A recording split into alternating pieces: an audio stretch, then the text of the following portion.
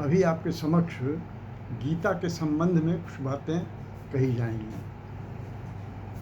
ये गीता क्या है? गीता जो भगवान की साक्षात कही हुई, मुख से कही हुई वाणी है वो। और वाणी ही नहीं, वो तो गीता का अर्थ होता है जो गाई गई हो। वाणी तो नहीं भी गाई जा सकती है कोई वाणी, लेकिन जब वही गाई गई है तो वो गीता हो गई। तो भगवान के मुख कमल से ये निकली हुई साक्षात गीता वाणी है। कहते हैं कि गीता सुगीता कर्तव्या किमन्य शास्त्र विस्तर या स्वयं पद्मनाभस्य मुख पद्माद विनिष्ठा।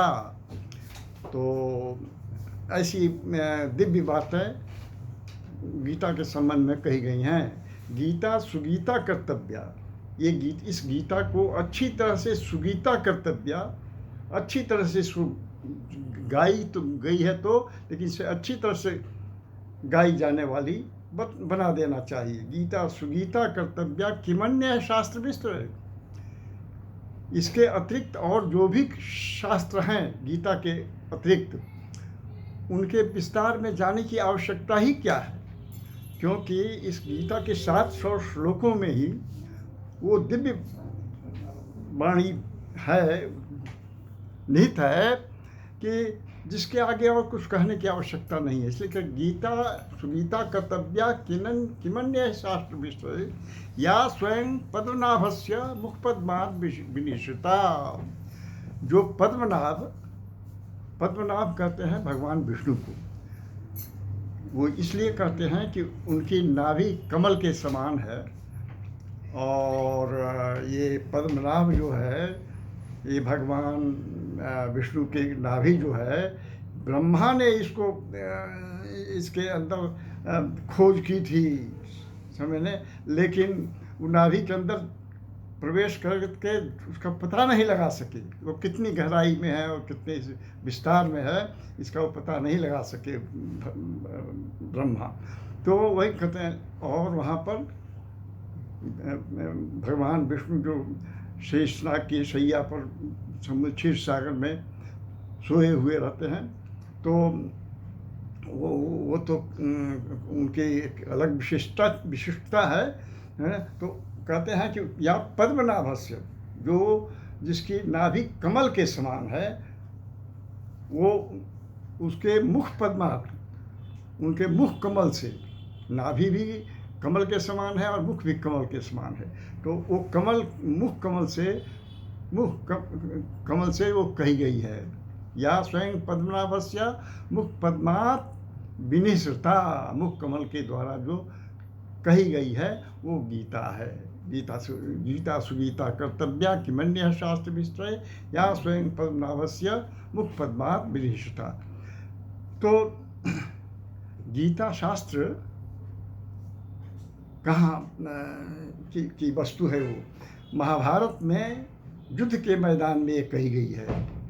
अब ये दोनों चीज़ें कितनी विरोधी हैं आप देखिए कि युद्ध के मैदान में रणबांकुरे दोनों पक्ष की ओर से मारने के लिए सब तैयार हैं, और उसी युद्ध के मैदान में भगवान कृष्ण अर्जुन को जो युद्ध के लिए उद्यत होकर के आया है और उसे युद्ध से उसे एक तरह से विरक्ति सी हो गई है, तो उनको युद्ध में फिर पूरा प्रेरित करने के लिए, लगाने के लिए वो भगवान कृष्ण ने ये बात कही है। तो और इन 700 श्लोकों में वो दिव्य वाणी है जो कहीं अन्यत्र मिलना लगभग असंभव ही कही है हमने। तो कहते हैं गीता सुगीता कर्तव्या किमन्य शास्त्र विषय या स्वयं पद्मनाभस्य मुख पद्मात निश्चितता। तो उस युद्ध के मैदान में जब अर्जुन को विषाद हुआ, दुख हुआ कि भाई मुझे मैं इस युद्ध के मैदान में किसके विरुद्ध में मैं लड़ रहा हूँ, तो वो अपने ही भाई बंधुओं के विरुद्ध में लड़ रहे हैं कि कौरव और पांडव तो एक ही परिवार के थे। तो बिल्कुल घनिष्ठ संबंधी वो लोग आपस में हैं, और उन्हीं लोगों के साथ युद्ध करना है और उन्हीं लोगों के साथ मारना और मरना है। तो ये ऐसा सोच करके उनके मन में बहुत विषाद हुआ और वो युद्ध से विरक्ति उनको हो गई, और उन्होंने कहा कि मैं युद्ध नहीं करूँगा। भगवान कृष्ण को कहा, भगवान कृष्ण उनके सारथी थे, लेकिन सारथी तो मैंने आजकल जैसे चालक होते हैं गाड़ियों में, चालक ड्राइवर, उसी तरह से वो रथ चलाने वाले भगवान जो कृष्ण जो थे, वो अर्जुन का रथ चलाने वाले एक सारथी थे। सारथी मतलब आजकल के चालक ड्राइवर जिसको कहते हैं वो थे। लेकिन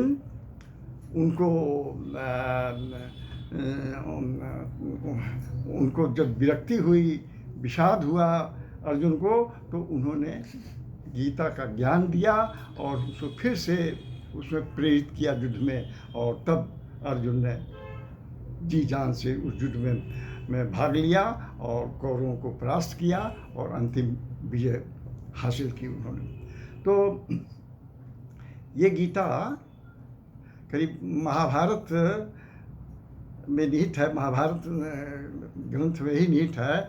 और ये वैसे तो महाभारत में कहते हैं कि 1,00,000 श्लोक हैं, तो 1,00,000 श्लोक में गीता में केवल 700 श्लोक हैं, और ये 700 श्लोक अप्रतिम हैं। तो इसमें कई 18 अध्याय हैं। अब जैसे पुराणों की संख्या भी 18 है, तो इस गीता में भी अध्याय 18 ही अध्याय हैं, 18 अध्याय हैं।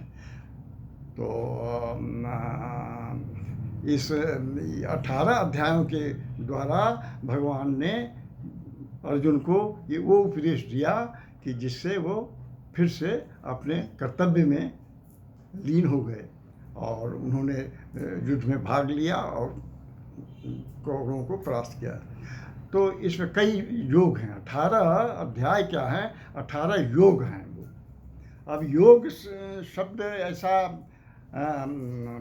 ऐसा विचित्र शब्द है कि जिससे कई तरह की परिकल्पनाएं हमारे मन में उठती हैं। योग वैसे मुख्य रूप से योग का अर्थ है जुड़ना मतलब कि किससे जुड़ना। जैसे हमने कहा 9 और 2 का योग क्या है कि 11 कहेंगे, तो ये जुड़ना हुआ, तो ऐसा संख्याओं का जुड़ना हुआ। लेकिन वास्तविक योग जो है वो जुड़ना भगवान से जुड़ने की बात कही जाती है। भगवान से जुड़ना वही योग है। तो इस योग में जीव जो है ना परमात्मा के साथ जुड़ जाता है, वो योग है। तो ये 18 अध्यायों में 18 योग कहे गए हैं, 18 योग। जैसे प्रथम अध्याय गीता का है, तो वो है कि अर्जुन को जब विरक्ति हुई युद्ध से, तो उसे विषाद हुआ, कहा कि मैं युद्ध नहीं करूँगा क्योंकि मैं युद्ध में अपने ही लोगों को, अपने ही कुल के लोगों को मैं मारूंगा, और मार करके जो मुझे राज्य प्राप्त होगा उसको भोगने में मुझे क्या सुख होगा, समझने, जो कि अपने ही स्वजनों के रक्त से प्राप्त हुआ जो राज्य है उसको भोगने में क्या सुख है उसमें, इसलिए मैं युद्ध नहीं करूँगा।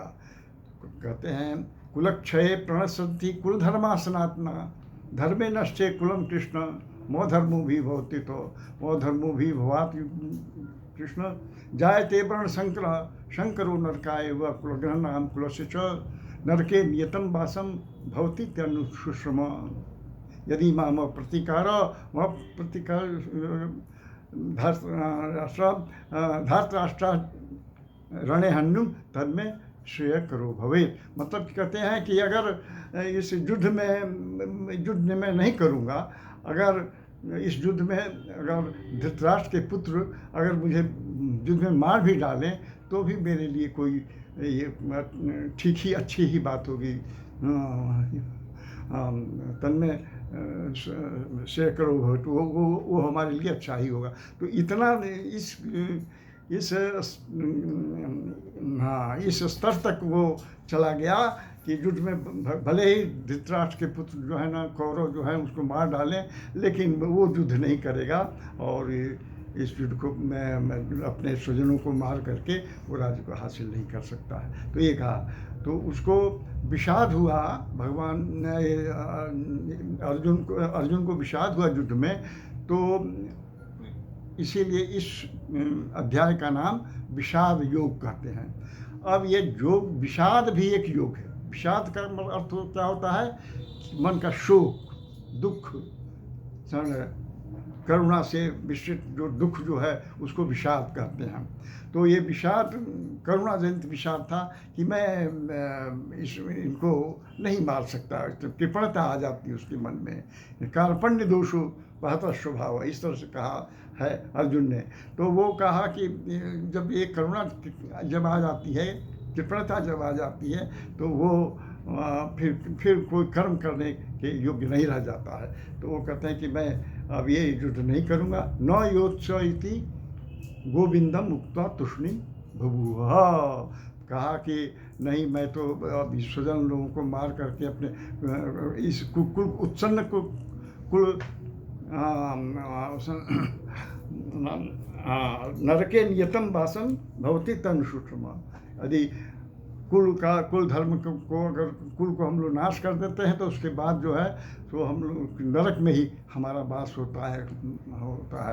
कुलक्षय प्रणशंति कुल धर्मा सनातना धर्मे नष्टे कुलम कृष्ण मौधर्मो भी भवति। तो मौधर्मो भी भवत कृष्ण जायते वर्ण संकर शंकरो नरकाय एवं कुलघ्ना नाम कुलस्य नरके नियतम वासम भवती तनुसूक्ष्म। ऐसा मैंने सुना है कि उसका नरक में ही वास होता है, जन्म जन्मांतर तक।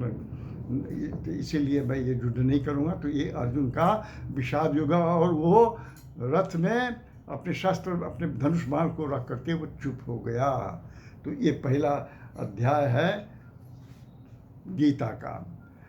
तो इसको कहते हैं विषाद युग। फिर दूसरे अध्याय से भगवान का ये जो उपदेश जो है अर्जुन को, वो प्रारंभ होता है दूसरे अध्याय से। तम तथा कृपयाभिष्टम मत्पूर्णा कुलेक्षणम विषीदंतम इदम वाक्यम वाच मधुसूदन कुतस्ताकस्मलमिदम विषमे समुपस्थितम अनार्यजुष्टम अस्वर्गम अकीर्तिकरम अर्जुन। मैंने, हे अर्जुन, इस कुतस्ताकस्मलमिदम, क्यों ये तुम्हारा इस युद्ध के मैदान में जहाँ तुम लड़ने के आए हो, इस समय तुम्हारी इस बुद्धि कैसे इस प्रकार की हो गई? कुतस्ता कश्मलम, ये बुद्धि, कश्मल मतलब कि क्षीण बुद्धि। हाँ, ये बुद्धि कैसे आ गई? कश्मलम इदम विषमे समुपस्थितम, इस विषम घड़ी में, इस युद्ध की विषम घड़ी में कुतस्ता कश्मलम इदम विषमे समुपस्थितम अनार्य जुष्टम। अनार्य जुष्टम मतलब ये आर्य का आचरण नहीं है। आर्य संस्कृति हमारी है, जो भारतीयता का एक प्रतीक होता है। भारतीय मानवता का एक प्रतीक है आर्य शब्द। आर्य हमारे जो पूर्वज हैं वो आर्य ही कहलाते थे। हाँ, तो कहते हैं कि अनार्य जुष्टम, ये जो तुम्हारा जो चरित्र है, तुम्हारा जो व्यवहार है, वो आर्य लोगों के अनुकूल नहीं है, आर्य लोगों की प्रवृत्ति के अनुकूल नहीं, बल्कि अनार्य लोगों के, अनार्य जुष्ट है। अनार्य जुष्टम कीर्तिकर, और अकीर्तिकर्म ने कीर्ति को नहीं देने वाला, अकीर्तिकर्म अर्जुन। तो एक कहा उन्होंने ये शब्द है, और इसीलिए तुमको युद्ध से विरत नहीं होना चाहिए। तम तथा कृपया विष्टम वस्तपूर्णा कुलेक्षणम विषीदंतम इदम वाक्यम वासम कुतस्त्वाकस्मलमिदम विषमे समुपस्थित नार्यजुष्टम व स्वर्गम अकीर्तिकरम क्लैब्यम मास्मा गमः पार्थ नैतत्व। तुम क्लीवता को, नपुंसकता को मत प्राप्त हो। क्लैब्यम मास्मा पार्थ नैतत्व, ये तुम्हारे लायक तुमको शोभा नहीं देता। क्लैब्यम मास्मा गमः पार्थ नैतत्व क्षुद्रम हृदय दौर्बल्यम त्यक्तोत्तिष्ठ परंतप। ये तुम अब क्षुद्र, जो हृदय की जो दुर्बलता है तुम्हारे, वो क्षुद्र दुर्बलता है। ये ये दुर्बलता है, वो भी क्षुद्र है। बहुत ही अमान्य है, बहुत ही वो कोई अच्छी चीज़ नहीं है। वो क्षुद्रम हृदय दौर्बल्यम त्यक्तोत्तिष्ठ, उसको छोड़ दो, त्यक्त कर दो, छोड़ दो उसको। त्यक्तोत्तिष्ठ परंतु उसको छोड़ करके तुम युद्ध के लिए तुम तैयार हो जाओ। तो तब तब इसके बाद फिर वो कहता है कि कुतस्त्वा कस्मलविदम विस्मय, हाँ ये कहता है कि कैसे मैं अपने ये युद्ध में अपने लोगों से करूँगा, हमें ना। तो अनाज किसके मर्जना क्लेप्य मासना का प्रार्थना नहीं तत्व क्षुद्र में प्रॉब्लम त्यक तो तिष्ठपंत कुतस्त्वा कस्मलविदम विस्मय। अच्छा, तो ये उन्होंने कहा कि मैं कैसे मैं लड़ूँ अपने इस युद्ध में अपने ही सगे संबंधियों को मैं कैसे मारूंगा। हत्वा कामान गुरु नियव भुंजिए भोगान रुधिर प्रतिभा। ये जो हमारे जो गुरु लोग हैं, ये कौन है? द्रोणाचार्य हैं, भीष्म है, ये सब बड़े बड़े जो आचार्य जो कृपाचार्य हैं, ये सब तो हमारे गुरु तुल्य हैं, गुरु ही हैं हमारे। तो उनको मैं कैसे मारूंगा बताइए। गुरु को तो आदमी भगवान के का स्थान है उनका, और उनको मैं मारूं तो ये तो बिल्कुल ही ठीक नहीं है हमारे लिए। तो गुरु हत्वार्थ कामान गुरु नियव भुंजिए भोगान न चेद विद्वा कतरन्नो गरियो यद्वाजम। और ये मैं नहीं जानता है कि मैं जीतूंगा कि वो लोग हमको, मैं उन्हें जीतूंगा या वो हम लोगों को जीतूँ। न चेद विद्वा कतरन्नो गरियो यद्वा जयम यद्वा नो जयम याने वह हत्वा नौर्जिजी विषामा ते वस्थिता प्रमुखे धार। जिनको मार करके मैं जिंदा नहीं रहना चाहता हूँ, याने वह हत्वा नौर्जिजी विषामा ते वस्थिता प्रमुखे धार। और वही हमारे सामने इस युद्ध में खड़े हैं। ते वस्ता कार्पण्य दोषोपाता स्वभाव। इस समय मेरा जो स्वभाव प्रकृति मेरी जो है वो कार्पण्य दोष से युक्त हो गई है। कार्पण्य में कृपणता कहते हैं। कार्पण्य में कृपणता, कृपणता का मतलब हुआ कि जो शरीर की जो मन का जो वृत्ति है ना, वो सिकुड़ जाती है। सिकुड़ जाती है मतलब कि उसका विकास नहीं होता है, तो उसको कार्पण्य दोष कहते हैं। कार्पण्य दोषों पर वही हमारा हाल इस समय हो गया है, तो वो कहते हैं। तो दूसरे अध्याय में तो फिर दूसरे अध्याय में तो वहीं से भगवान ने उनको शिक्षा दी है। हाँ, और शिक्षा देना उन्होंने इसी अध्याय से प्रारंभ किया। अशोच्यन्नान शोचस्तम प्रज्ञावादान सभाष्य गतासूनो गतासून नान शोचन्ति पंडिता न तो एवाहम जातनासम न तुम देवी जनायप न चैव न भविष्याम सर्वे भय मतप्रम तेनोस्मिन् यथा देहे कौमारे वैष्णव तथा देहांतर प्राप्त धीरस्तत्र नीति मात्रा स्पर्शात् कौन्तेय जीतो आगमापायिक भारत। तो ये बहुत विस्तार से उन्होंने दूसरे अध्याय में भगवान ने उस शरीर की, इसको दूसरे अध्याय का नाम है सांख्य योग। सांख्य योग माने ये कपिल मुनि का एक सांख्य योग है, जिस योग को उन्होंने अपनी माता देवहूति को सुनाया था। तो वही चीज़ वही सांख्य योग कहलाता है। तो सांख्य योग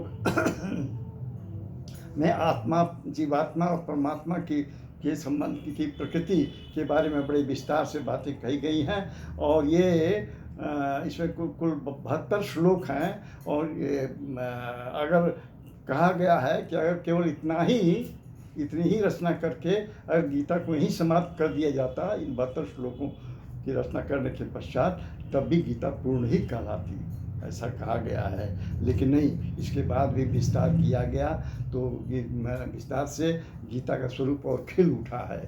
बहुत ही प्रफुल्लित, बहुत ही कमल की तरह से इसका विस्तार हुआ है, खिल गया है। इसलिए इसके हर अध्याय में ऐसी बातें कही गई हैं, ऐसे योग के संबंध में बातें कही गई हैं जो कि मनुष्य के जीवन में उतारने लायक हैं।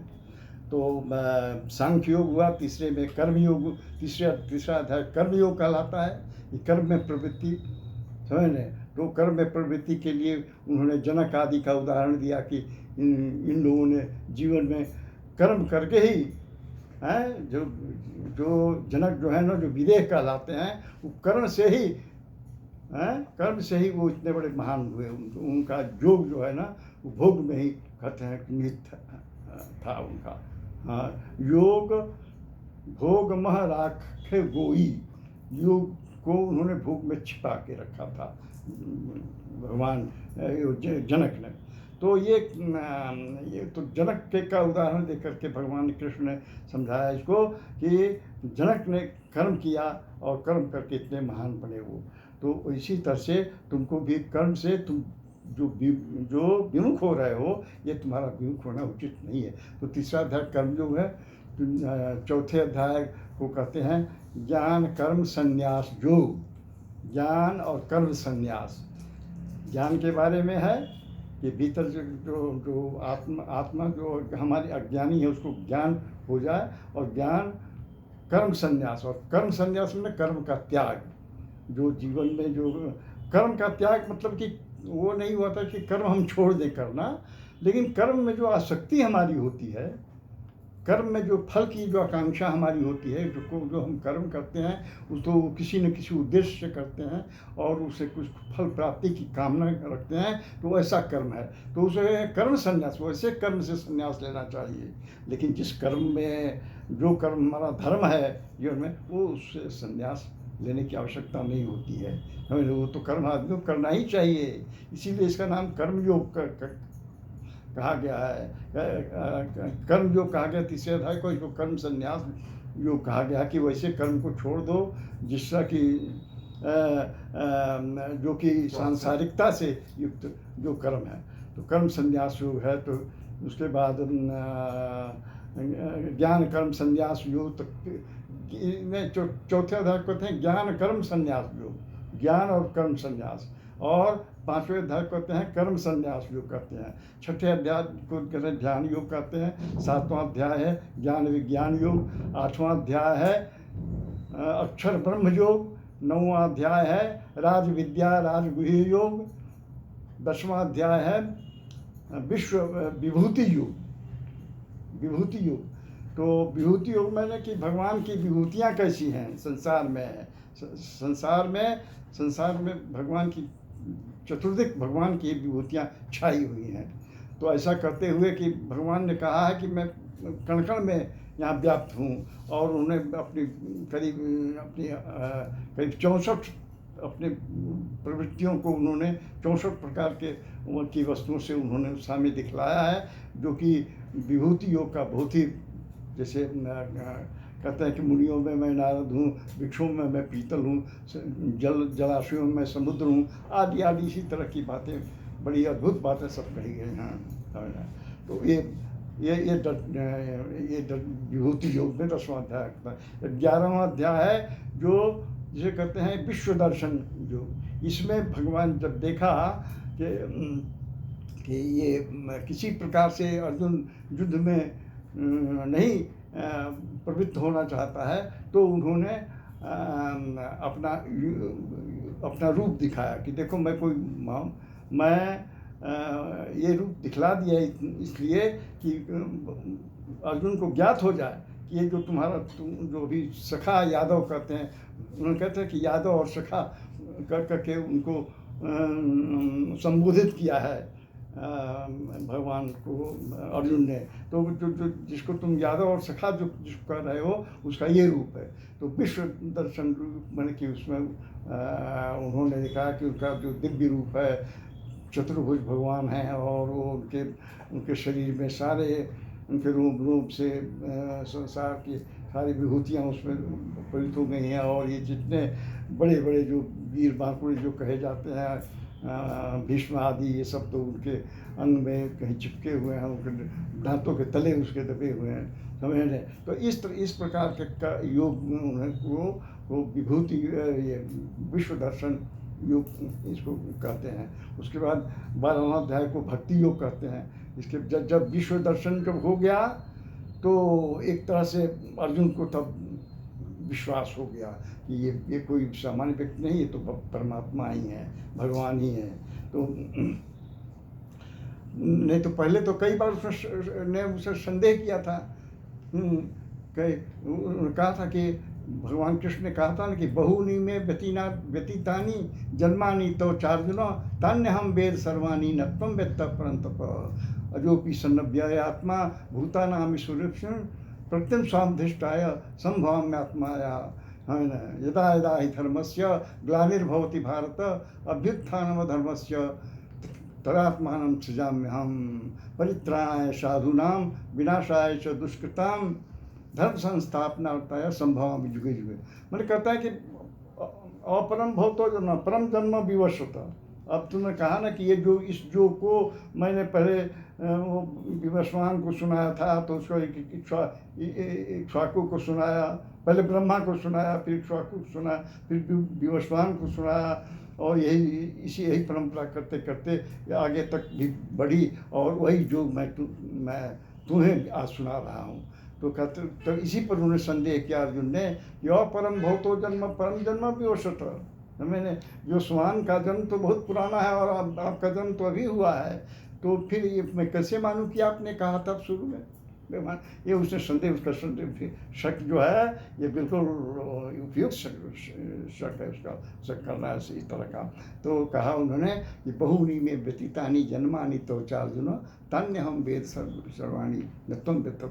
हमारे तो तुम्हारे बहुत सारे जन्म हो गए हैं, उन सारे जन्मों को मैं तो जानता हूँ, लेकिन तुम नहीं जानते हो।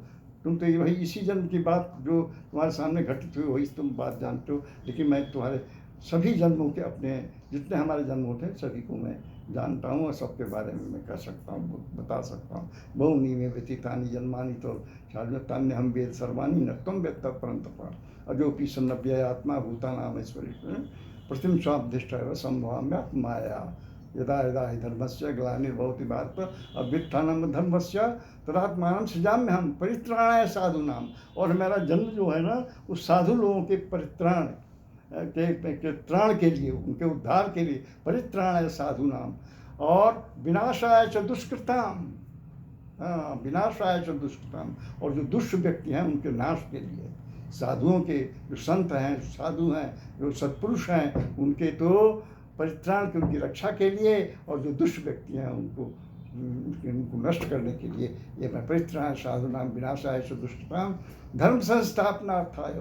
और धर्म के स्थापना, धर्म जो मिट गया है, संसार से लुप्त हो गया धर्म, अधर्म में भी लोग जी रहे हैं, तो ये देख करके मैं धर्म संस्था, उसी धर्म के, हाँ ये धर्म वो धर्म नहीं है जो कि सांसारिकता से युक्त है, बल्कि ये धर्म वो है जो कि मनुष्य का जो कर्तव्य धर्म है वो धर्म कहलाता है। धर्म संस्थापना होता है संभवामि युगे युगे। हर युग में मैं ये अवतार मेरा कई युगों में हुआ है। संभवामि युगे युगे, युग युग में मैं उत्पन्न प्रकट होता हूँ। संभवामि, मैं होता हूँ, जन्म नहीं लेता हूँ, मैं हो जाता हूँ, प्रकट हो जाता हूँ। संभवामि युगे युगे परित्राणाय साधूनां विनाशाय संभवामि युगे युगे अजोपि सन्नव्यय आत्मा भूतानाम ईश्वर प्रतिम सामदृष्ट संभव। इस प्रकार भगवान ने इस दूसरे अध्याय में ऐसा सब अर्जुन को बताया है। तीसरा तो कर्म अध्याय, कर्म संन्यास तो बताया हमने, कर्म संन्यास योग। उसके बाद फिर कर्म संन्यास योग, उसके बाद ध्यान योग का छठा अध्याय ध्यान योग है। सातवां अध्याय है ज्ञान विज्ञान योग। उसमें ज्ञान विज्ञान की बातें 30 श्लोकों में। हाँ, साधिभूतादि दैवं माम साधियज्ञं चे विदु प्राण काले माम ते विदुर्युक्त चेत। साधिभूतादि दैवं माम, अधिभूत अधियज्ञ, और साधिभूतादि अधिभूत अधियज्ञ, और साधिभूतादि दैवम साधि और अधियज्ञ, इन तीनों के साथ जो मुझे साधिभूतादि दैवम माम साधियज्ञं च ये विदु प्रयाण काले पिछमाम ते विदुर्युक्त। अंतिम समय में भी जो ऐसा लोग सोचते हैं तो वो प्रयाण काले पिछमाम ते विदुर्युक्त चेत। जो युक्त चेतना वाले हैं वो व्यक्ति वही सचमुच की का उनको ज्ञान होता है। ये सब ज्ञान 7वें अध्याय में। फिर 8वें अध्याय में अक्षर ब्रह्म योग है, अक्षर ब्रह्म योग, तो जो कि तो कहा कि किम तद ब्रह्म किम किम अध्यात्म किम कर्म, वो ऐसे कह करके उन्होंने बताया कि वो अध्यात्म क्या है, वो अधियज्ञ क्या है, अधिभूत क्या है, इस सब के बारे में आप हमें विस्तार से बताइए। तो वो विस्तार से 8वें अध्याय में उन्होंने बताया है। फिर 9वें अध्याय में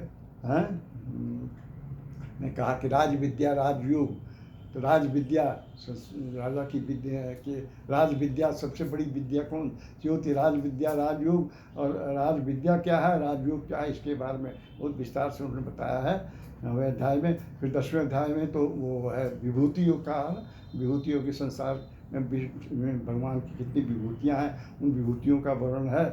तो वो, और 11वां अध्याय में विश्व दर्शन योग, 12वां अध्याय को भक्ति योग कहते हैं। अब ये जब विश्व दर्शन हो गया, भगवान ने अर्जुन को अपना रूप,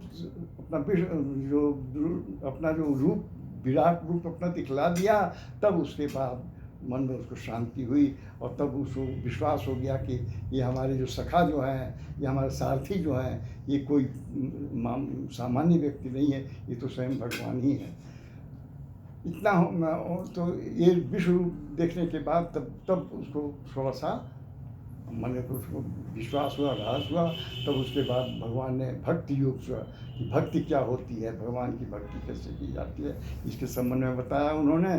करीब 20 श्लोकों में भक्ति योग के बारे में बताया। कि उसके बाद फिर क्षेत्रज्ञ योग। अब क्षेत्रज्ञ योग 13वें अध्याय में वो कहते हैं क्षेत्रज्ञ योग, ये शरीर जो, हाँ इदम शरीरम तो कौन थे क्षेत्र मिति युक्त थे, समझ लें। तो ये शरीर जो है ना क्षेत्र है, और इसको जानने वाला, इसका ज्ञान जो है, इसके संबंध में ज्ञान है, उसको क्षेत्र ज्ञान कहते हैं। और क्षेत्रज्ञ तो जो इसको जानता है दोनों को, वो क्षेत्रज्ञ कहलाता है। और वो क्षेत्रज्ञ, उस क्षेत्रज्ञ को कहते हैं कि मैं स्वयं हूँ।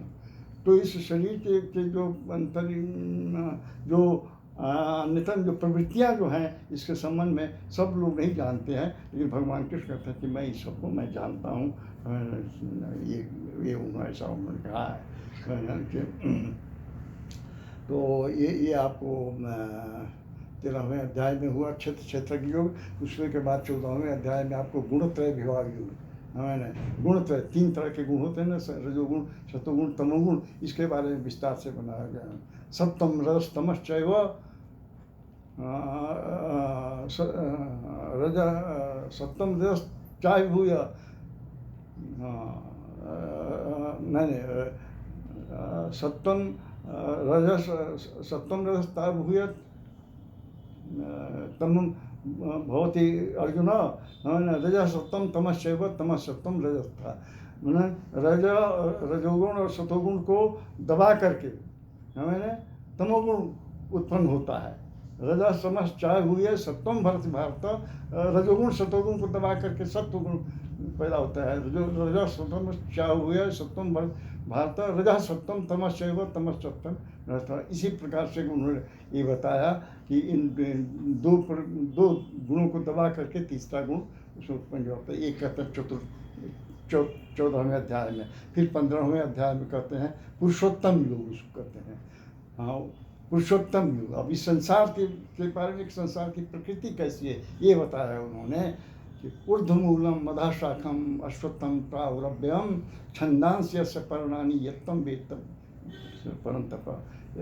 वो कहते हैं कि ऊर्ध्वमूलम, ये संसार कहा कि उल्टा वृक्ष है। ऊर्ध्वमूलम मधाशाखम अश्वत्थम, अश्वत्थ कहते हैं पीपल के पेड़ को अश्वत्थ कहते हैं।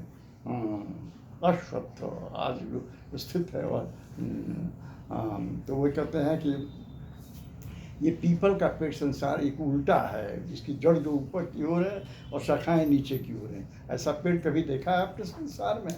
ना, ऐसा तो पेड़ कहीं देखा नहीं हमने कि जिसका वो मूल जो है ऊपर की हो और बाकी सब शाखाएं उखाएँ सब नीचे की ओर हो। ऐसा तो कोई वृक्ष ही नहीं। लेकिन संसार को कहा ऊर्ध्वमूलम मधाशाखम अश्वत्थम प्रावरभ्यम छंदांस्य से पर्णानि यत्थम वेत्तम।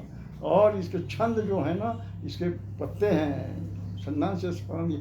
जिसको ये जानता है, जिसको लोग जानते हैं, वही सचमुच में संसार को जानते हैं। छंदांस्य से पर्णानि यस्तम वेद स वेदविद, जो इसे जानता है उसी को वेदविद, उसी को ज्ञानी कहते हैं। तो इस तरह से पुरुषोत्तम अध्याय है वो 15वां अध्याय। और 16वां अध्याय में तो दैवासुर संपद युग, देव और असुर, दैवासुर संपद। देवों की प्रकृति क्या है? देव क्या करते हैं, उनकी कैसे रचना होती है, वो क्या सोचते हैं, वो क्या करते हैं, उनका क्या धर्म है। तो दैवों का उत्तम धर्म होता है, फिर असुरों का क्या धर्म है, उनका हिंसा करना, पाप करना, ये सब असुरों का। तो इन दोनों के कर्तव्यों का उन्होंने विवेचन किया, इसमें विस्तार किया है देवासुर संहिता। उसके बाद 17वां में है श्रद्धा त्रय विभाग योग। 3 प्रकार की श्रद्धाएँ बताई गई हैं। श्रद्धा जो है 3 प्रकार की होती है। वही फिर रजोगुण, सतोगुण, तमोगुण से युक्त जो श्रद्धाएँ हैं, वो 3 प्रकार की श्रद्धाएँ होती हैं। और तीनों का क्या जो है उसका विस्तार किया गया है। और मोक्ष कल, और अंतिम में है मोक्ष, कर्म मोक्ष संन्यास योग, मोक्ष संन्यास योग। अंत में शरीर जो है मुक्ति से मनुष्य की कैसे होती है और संसार को कैसे छोड़ता है, ये योग उन्होंने 178 श्लोक हैं। तो इसे कुल मिलाकर के 700 श्लोकों में गीता कही गई है। इसका विस्तार करना तो इसके संबंध में तो जितनी बातें लिखी गई हैं, गीता के संबंध में जितना वाङ्मय रचा गया है, हमारा भारतीय साहित्य में, भारतीय वाङ्मय में जो गीता के संबंध में जो कुछ कहा गया है वो अप्रतिम है। वो संसार में कहीं अन्यत्र मिलना दुर्लभ है। वो संसार किसी भी साहित्य में उतना बड़ा दुर्लभ। और भगवान वेद व्यास की ये वाणी, वेद व्यास ने इसकी रचना की है, समझने।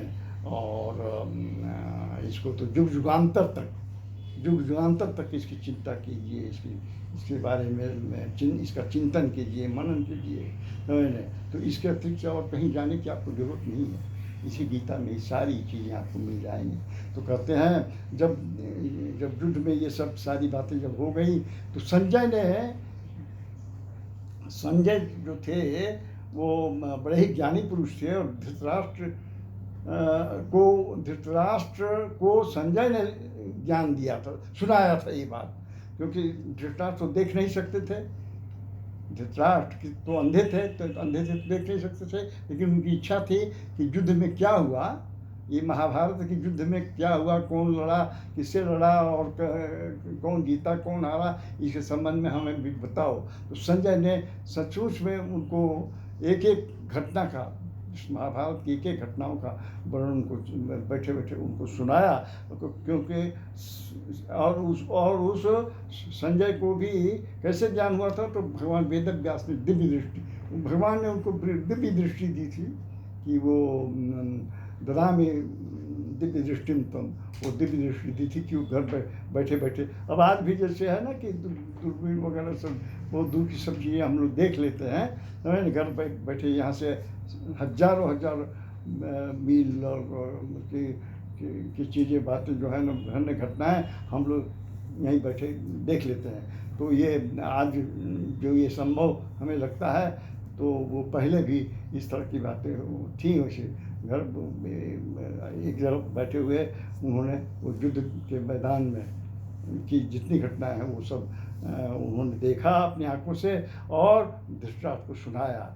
और तब उन्होंने अंतिम अपना निर्णय लिया कि भाई वो जो 4 श्लोकों, अंतिम जो 4-5 श्लोकों में जो भगवान ने कहा कि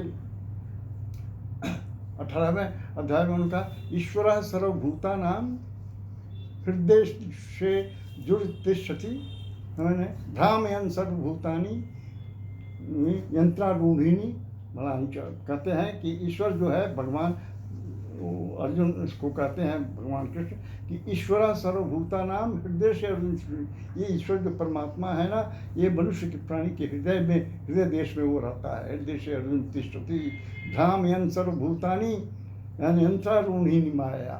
और ये सारी जीव हृदय में रहते हुए, मनुष्य के हृदय में रहते हुए, भ्रामयन् सर्वभूतानि, हाँ, सभी प्राणियों को वो नचाता है। कैसे नचाता है? यंत्रारूढ़, यंत्र पे जो चलता हुआ यंत्र है उसी पर, जैसे भ्रामयन् सर्वभूतानि माया, अपनी माया से वो उसको वो नचाता है, ईश्वर सर्वभूतानि। तो फिर तब भगवान अर्जुन ने कहा कि ऐसा जो भगवान का स्वरूप है, और कृष्ण और अर्जुन ऐसे योद्धा का जो उन्होंने ज्ञान दिया और उनकी जो प्रवृत्ति है वो, तो कहा कि ये साक्षात मैंने अपने कानों से सुना है इन लोगों को, इतनी सब बातें अर्जुन, भगवान कृष्ण ने जो अर्जुन को सुनाई ये गीता, मैंने सब अपने कानों से सुना है मैंने। जब और उसको सुन करके मैं आज भी हर्षित हो रहा हूँ, पुनः पुनः मैं हर्षित होता हूँ। हाँ, हर्षयामि च पुनः पुनः, तो मैं बार बार उसको याद करके मैं हर्षित होता हूँ। तब उन्होंने कहा, अंत में कहा कि भाई, अंत में निर्णय उनका क्या हुआ, यत्र योगेश्वरो कृष्ण यत्र पार्थो धनुर्धर तत्र श्री विजयो भूतिर ध्रुवा नीतिर